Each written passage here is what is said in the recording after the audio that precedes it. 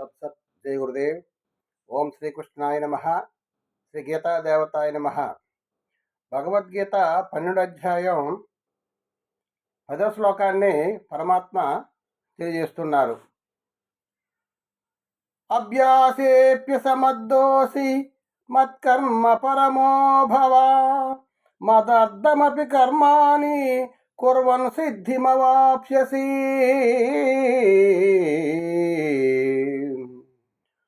మనస్సును స్థిరముగా నాయందే నిలుపుటకు సముద్రుడు కానిచో అర్జున, అభ్యాస యోగము ద్వారా నన్ను పొందుటకు ప్రయత్నింపుము అని ముందు శ్లోకాన్ని పరమాత్మ తెలియజేశారు.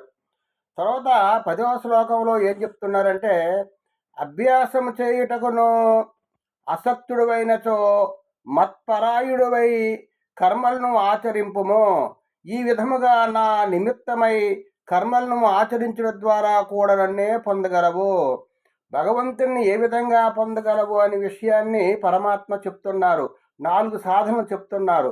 మొట్టమొదట నా యందు మనసు పెట్టు, నా యందు బుద్ధి పెట్టు. ఆ విధంగా ఉంచడం వల్ల నాలోనే ప్రవేశిస్తావు, నీకు సందేహం లేదని చెప్తున్నారు. ఒకవేళ మనసును కూడా ప్రవేశపెట్టడానికి అసక్తుడు కానిచో అభ్యాస వైరాగ్యము ద్వారా నన్ను పొందుటకు ప్రయత్నం చెయ్యు. ఒకవేళ అభ్యాసము ద్వారా కూడా పొందడానికి అసక్తుడు కానిచో ఏం చెప్తున్నారు? అభ్యాసము చేయుటకును అసక్తుడు అయినచో మత్పరాయణువై కర్మలను ఆచరింపుము. ఈ విధముగా నా నిమిత్తమే కర్మలను ఆచరించడం ద్వారా కూడానే పొందగలవు. అంటే మత్పరాయణువై అంతా భగవంతుడే చేయిస్తున్నాడు, నాలో ఏమీ లేదు, నేను నిమిత్త మాత్రుడని భావంతో మనం ప్రతి కర్మ చేయాలి. భగవంతుడు ఎప్పుడు కూడా కర్తవ్య కర్మ మానమని ఎప్పుడు చెప్పలేదు. ఎవరి కర్మ వారు చేసుకుంటూ, ఎవరి వృత్తి ధర్మాన్ని వారు చేసుకోమని చెప్పారు. ఆ వృత్తి ధర్మములో నేను చేస్తున్ననే భావం లేకుండా భగవంతుడే నా చేత చేయిస్తున్నాడు, నేను నిమిత్త మాత్రుడని భగవంతుడే నా తాలూకా అన్ని రకాలైనటువంటి భగవంతుడి దయ వల్లే నేను ఈ సృష్టిలో నేను ఈ జన్మనెత్తి నాలో ఉన్నటువంటి అజ్ఞానాన్ని పోగొట్టుకోవడానికి, భగవంతుని నేను చేరుకోవడానికి నేను నిరంతరము కూడా ఆ భగవద్ధ్యానము చేస్తూ, నిరంతరము కూడా భగవన్నామస్మరణ చేస్తూ ఆయన్నే పరమగతిగా నమ్ముకొని ఉండాలని పరమాత్ములు కూడా చెప్తున్నారు. ఒకవేళ ఇంకొక శ్లోకాన్ని చెప్తున్నారు, 11వ శ్లోకాన్ని.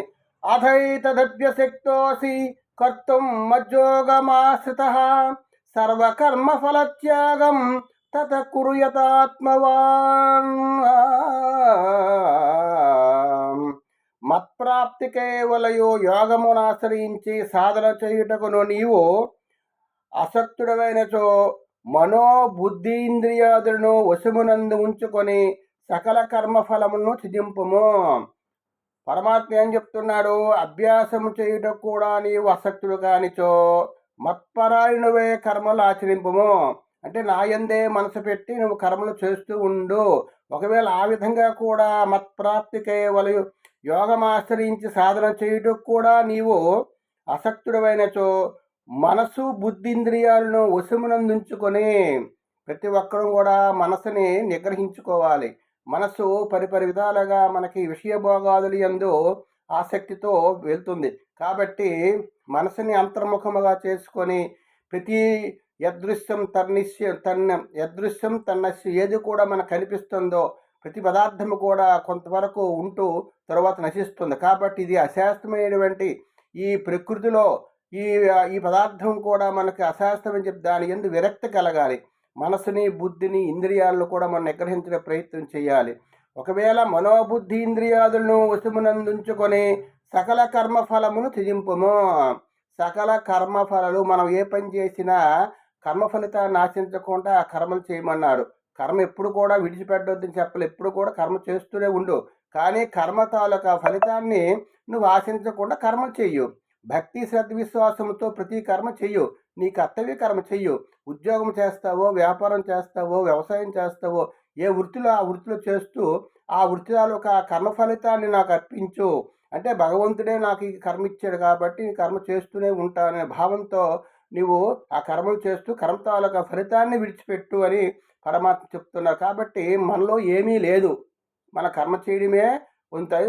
అర్జునుడికి ఆ విధంగా చెప్పాడు. నువ్వు యుద్ధం చెయ్యను అని అంటే కాదు. యుద్ధం నువ్వు క్షత్రియుడు కాబట్టి యుద్ధం చేయడమే ధర్మం.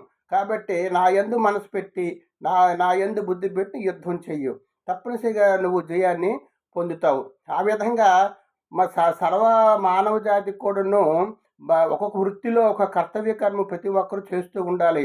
కర్తవ్య కర్మ చేయకుండా ఉండకూడదు. ఎవరు కూడా కర్మ కర్మ త్యాగాన్ని చేయకూడదు. కర్మ ఫలితాన్ని త్యాగం చేయమని పరమాత్మ చెప్తున్నారు. కాబట్టి ఈ విధంగా 4 సాధనలు పరమాత్మ మనకి భగవద్గీతలో తెలియజేశారు. కాబట్టి మనం సాధన చేస్తూ భగవంతుడి యందే మనసు పెట్టి, భగవంతుడి యందే బుద్ధి పెట్టి, అభ్యాస యోగము ద్వారా మత్పరాయణుడివై కర్మ ఫలితాన్ని ఆశించకుండా మన కర్తవ్య కర్మని మనం ఏ వృత్తిలో మనం ఉన్నామో ఆ వృత్తి ధర్మంలో పాటిస్తూ ఆ వృత్తిలో ఉన్నటువంటి భక్తి శ్రద్ధ విశ్వాసముతో అశ్రద్ధతో చేసిన కర్మ చేయనట్లే అని పరమాత్మ చెప్తున్నారు. ఏదైతే మనం శ్రద్ధావాన్ లభతే జ్ఞానం అన్నారు. దేని యందైనా సరే శ్రద్ధ కలిగి దాని యందు విశ్వాసం కలిగి నిరంతరం కూడా ఆ వృత్తి ధర్మంలో మనం ఉంటుంటే అవే మనకి ఆ ఆహారాన్ని ఇస్తూ మనకి ఆ జీవన విధానానికి మనకి తోడ్పడుతుంది. కాబట్టి పరమాత్మ ఏం చెప్తున్నాడంటే కర్మ చేయడం మానకూడదు. కర్మ చెయ్యు, కర్మ ఫలితాన్ని కర్మ ఫలితాన్ని నాకు విడిచిపెట్టు అని పరమాత్మ సెలవిచ్చారు. హరి ఓం తత్సత్. జై గురుదేవ్.